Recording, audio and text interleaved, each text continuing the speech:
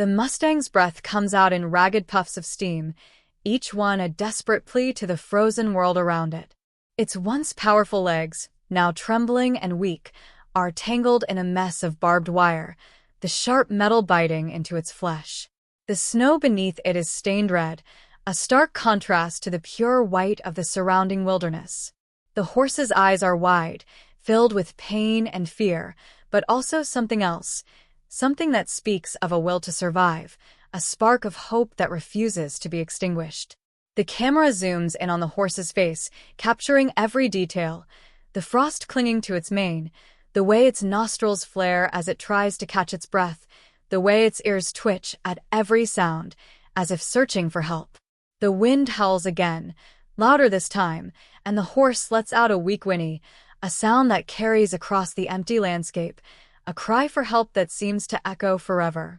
Cut to a man, bundled up in thick layers against the cold, trudging through the snow. He's just an ordinary guy, out for a hike, maybe looking for some peace and quiet in the wilderness. But something catches his eye, a dark shape in the distance, barely visible through the falling snow. He stops, squinting, trying to make out what it is. And then he hears it, that weak, desperate whinny, carried on the wind. His heart skips a beat. He knows that sound. He's heard it before, years ago, when he was a kid and his family's old mare had gotten stuck in a ditch. That same sound, that same plea for help. Without thinking, he starts moving toward it, his boots crunching through the snow, his breath coming faster now, not just from the cold, but from the adrenaline pumping through his veins. As he gets closer, the scene becomes clearer. The horse is in bad shape, really bad shape. Its coat is matted with blood and ice, its legs are a mess, and it's shivering violently, whether from the cold or from shock. He can't tell. But what strikes him the most are its eyes. They lock onto his, and in that moment, he feels something he can't quite explain. It's like the horse is speaking to him, not with words, but with something deeper, something primal. It's a connection, a bond that forms in an instant, and he knows, without a doubt, that he has to help this animal. He approaches slowly, carefully, not wanting to spook the horse any more than it already is. He talks to it in a soft, soothing voice, the kind of voice you'd use to calm a frightened child. "It's okay," he says over and over. "It's okay. I'm here to help you." The horse watches him, its eyes never leaving his face, and for a moment, it seems to relax, just a little. But then it flinches as he gets closer, and he can see the fear creeping back in. He stops, holding up his hands to show that he means no harm. "Easy, girl," he says, though he's not even sure if it's a mare or a stallion. "Easy. I'm not going to hurt you." He takes another step, and this time, the horse doesn't flinch. It's still watching him, still wary, but there's something else in its eyes now, something like trust. He reaches into his pack and pulls out a knife, the blade gleaming in the weak winter light. The horse's eyes flick to the knife, and for a moment, he's afraid it's going to bolt, but it doesn't. It just stands there, trembling, as he kneels down in the snow and starts cutting away the barbed wire. It's slow, painstaking work, and he has to be careful not to hurt the horse any more than it already is. But eventually, the last strand of wire falls away, and the horse is free. For a moment, nothing happens. The horse just stands there, looking at him, its breath coming in ragged gasps. And then, slowly, it takes a step forward. And another. And another. It's unsteady on its feet, but it's moving, and that's all that matters. The man steps back, giving it space, but the horse follows him, its eyes never leaving his face. And then, something incredible happens. The horse nuzzles him, its nose brushing against his chest, and he can feel the warmth of its breath through his layers of clothing. It's a gesture of gratitude, of trust, and it takes his breath away. He reaches up, hesitantly, and runs a hand along the horse's neck, feeling the coarse hair beneath his fingers. The horse leans into his touch, and for a moment, they just stand there, connected in a way that words can't describe. But the moment doesn't last. The horse is still injured, still weak, and it's clear that it needs more help than he can give it out here in the middle of nowhere. He pulls out his phone, praying that he has a signal, and somehow, miraculously, he does. He calls for help, his voice urgent, and then he sits down in the snow, next to the horse, and waits. The minutes stretch into hours, and the cold starts to seep into his bones, but he doesn't care. He stays with the horse, talking to it, comforting it, doing everything he can to keep it calm. And then, finally, he hears the sound of an engine in the distance, and he knows that help is on the way. The rest is a blur. There are people, lots of them, and they're all talking at once, but he doesn't really hear them. He's too focused on the horse, watching as they load it onto a trailer, as they wrap it in blankets, as they give it something for the pain. And then they're gone, and he's left standing there in the snow, feeling strangely empty. But the story doesn't end there. Weeks later, he gets a call. The horse is going to be okay. It's recovering, slowly but surely, and they want him to come see it. He doesn't hesitate. He drives out to the sanctuary where the horse is being cared for, and when he sees it, he can hardly believe his eyes. It's the same horse, but it's different now. Its coat is shiny and healthy, its eyes are bright, and it's standing tall and strong, like the wild Mustang it was always meant to be. And then, just like before, the horse comes to him. It nuzzles him, just like it did that day in the snow, and he feels that same connection, that same bond. But this time, it's stronger, deeper, like they've been through something together, something that can't be put into words. As he stands there, with the horse's warm breath on his face and its trust in his hands, he realizes something. He didn't just save this horse, it saved him, too. It reminded him of what it means to be alive, to fight for something, to care about something so deeply that you're willing to risk everything for it. And in that moment, he knows that he'll never be the same. The screen fades to black, and the words "injured and frozen Mustang horse begs man for help." He is shocked by what happens next appear once more, followed by a simple message. Sometimes, the greatest bonds are formed in the most unexpected ways. Never underestimate the power of compassion. The music swells one last time, and then the video ends, leaving the viewer with a sense of awe, of wonder, and of hope. Because in the end, this isn't just a story about a man and a horse. It's a story about connection, about resilience, and about the incredible things that can happen when we open our hearts to the world around us. The man stands there for a long time, his hand resting gently on the Mustang's neck, feeling the steady rhythm of its breathing. The sanctuary around them is alive with the sounds of other animals, horses whinnying in the distance, birds chirping in the trees, the soft rustle of leaves in the breeze. But for him, in this moment, it's as if the world has narrowed down to just the two of them. The Mustang, once broken and frozen, now stands tall and proud, a testament to the resilience of life. And he, a man who had simply been in the right place at the right time, feels a profound sense of purpose he hadn't known he was missing. The caretakers of the sanctuary approach him, their faces filled with gratitude and admiration. They tell him how rare it is for a wild Mustang to trust a human so completely, especially after enduring such trauma. They explain how the horse had been on the brink of death when it arrived, hypothermic, malnourished, and riddled with infections from its wounds. But it had fought, they say, with a fierceness that had inspired everyone who worked with it. And now, here it is not just surviving but thriving. They credit him for giving it the chance to live, for being the one to find it in its darkest hour and refusing to give up. The man listens, but his eyes never leave the horse. He remembers that day in the snow, the way the Mustang had looked at him, the way it had seemed to beg for help without uttering a single word. He remembers the fear in its eyes, but also the hope.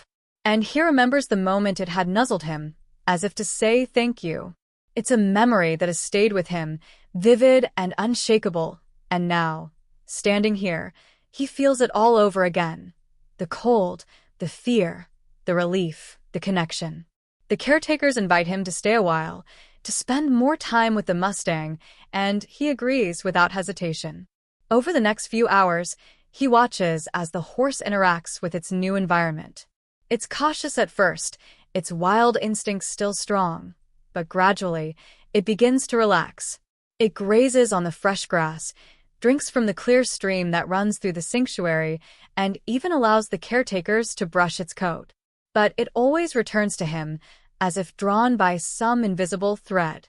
Each time it nuzzles him or leans into his touch, he feels that same surge of emotion, that same sense of awe at the bond they share.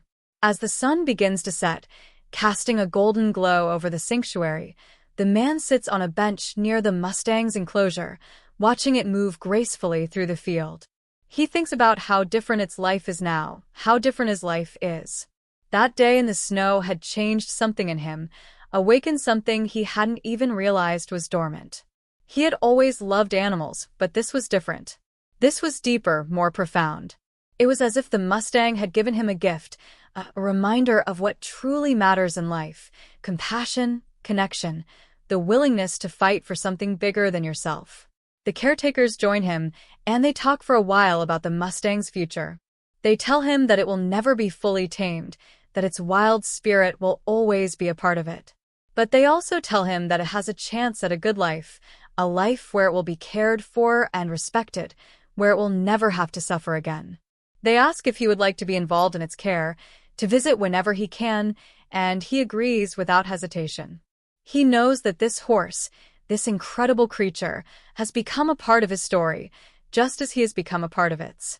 As the days turn into weeks, the man visits the sanctuary regularly. Each time, the Mustang greets him with the same warmth, the same trust. They develop a routine, walking together through the fields, sitting quietly by the stream, simply being in each other's presence. And with each visit, the man feels himself changing, growing. He becomes more patient, more present, more attuned to the world around him. He starts to notice things he had overlooked before: the way the sunlight filters through the trees, the sound of the wind in the grass, the way the Mustang's ears twitch at the slightest noise. It's as if the horse has opened his eyes to the beauty of life, to the simple joys that are so easy to miss. But it's not just the Mustang that changes him. It's the sanctuary itself, the people who work there, the other animals who call it home. He learns their stories, the rescued horses, the orphaned deer, the injured birds, and he is humbled by their resilience, their ability to heal and thrive despite the odds. He starts volunteering at the sanctuary, helping with the daily chores, learning how to care for the animals, and in doing so, he finds a sense of purpose he hadn't known he was searching for. One day, as he's brushing the Mustang's coat, he realizes something. He had always thought of himself as an ordinary person, someone who lived a quiet, unremarkable life. But now, he sees that he is so much more than that. He is someone who made a difference, who changed the course of a life, who gave hope where there was none. And in doing so, he had changed himself. He had become someone he could be proud of, someone who mattered. The Mustang, sensing his thoughts, turns its head to look at him, its eyes soft and knowing. It nuzzles him gently, as if to say, "You see, you've always been more than you thought." And in that moment, he feels a surge of emotion so powerful it brings tears to his eyes. He wraps his arms around the horse's neck, burying his face in its mane, and lets himself feel it all: the gratitude, the love, the connection. As the months pass, the man's bond with the Mustang deepens. They become inseparable, two souls intertwined by fate and circumstance. And though the horse will always carry the scars of its past, it is no longer defined by them. It is strong, it is free, and it is loved. And the man, too, is no longer the same person he was. He is stronger, wiser, more alive. He has found a new purpose, a new way of being in the world, and it is all because of a chance encounter in the snow, because of a horse that refused to give up, and because of the bond they share. The screen fades to black once more, and the words "injured and frozen Mustang horse begs man for help. He is shocked by what happens next" appear again, followed by a final message. Sometimes, the greatest stories are the ones we never see coming. And sometimes, the greatest gifts are the ones we never knew we needed. The music swells, a triumphant, uplifting melody that carries the viewer through the credits, leaving them with a sense of hope, of wonder, and of the incredible power of compassion.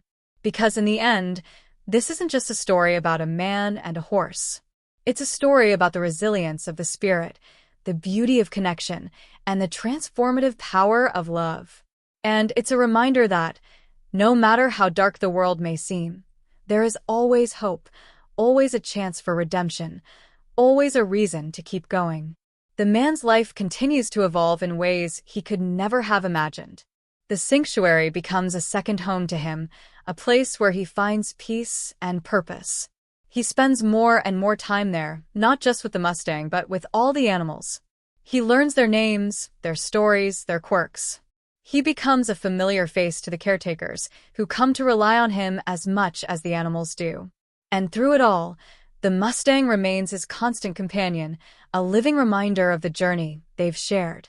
One day, as he's walking through the sanctuary, he notices a group of children visiting on a field trip. They're wide-eyed and curious, their faces lighting up as they see the animals up close. He watches as they interact with the horses, their laughter ringing out like music in the crisp air. And then he sees the Mustang, standing at the edge of its enclosure, watching the children with what can only be described as curiosity. It's a side of the horse he hasn't seen before, and it fills him with a sense of wonder. He approaches the Mustang, and as he does, one of the children notices him. "Is that your horse?" the little girl asks, her eyes wide with awe. He smiles and shakes his head. "No," he says. "This horse belongs to itself. But we're friends." The girl looks at him, then at the Mustang, and then back at him. "Can I pet it?" she asks, her voice trembling with excitement. He hesitates for a moment, then nods. "Be gentle," he says. "And let it come to you." The girl steps forward, her hand outstretched, and the Mustang watches her with those same soft, knowing eyes. For a moment, nothing happens. And then, slowly, the horse takes a step forward, lowering its head to meet the girl's hand. She gasps as her fingers brush against its coat, and then she laughs, a sound so pure and joyful it brings tears to the man's eyes. The other children gather around, their faces filled with wonder, and the Mustang stands there, calm and patient, as if it knows exactly what it's doing. The man watches the scene unfold, and he feels something shift inside him. He realizes that the Mustang's story isn't just his anymore. It belongs to everyone who hears it, everyone who sees it, everyone who feels its impact. It's a story of hope, of resilience, of the power of connection, and it has the ability to touch lives in ways he never could have imagined.